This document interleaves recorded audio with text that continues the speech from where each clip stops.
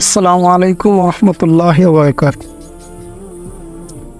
শাক দিয়ে মাছ টাকার গল্প আপনারা অনেকেই শুনেছেন, কিন্তু আমি দেখতে পাচ্ছি আজকাল সাপ দিয়ে ট্রেন ঢাকা হচ্ছে।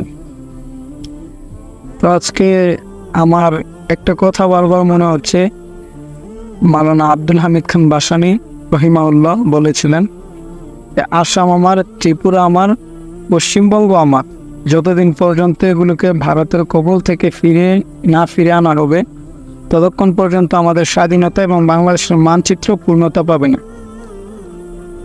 তা আমি বলি, আসাম, ত্রিপুরা, পশ্চিমবঙ্গ তো দূরের কথা, বর্তমানে বাংলাদেশের মানচিত্রে যতটুকু এরিয়া আছে ততটুকু আমাদের থাকে কিনা সন্দেহ।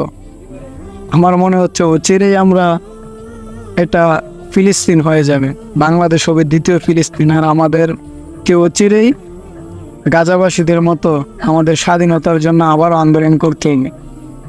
আমরা আরেকটা যুদ্ধ দেখতে যাচ্ছি অচিরেই, স্বাধীনতার যুদ্ধ।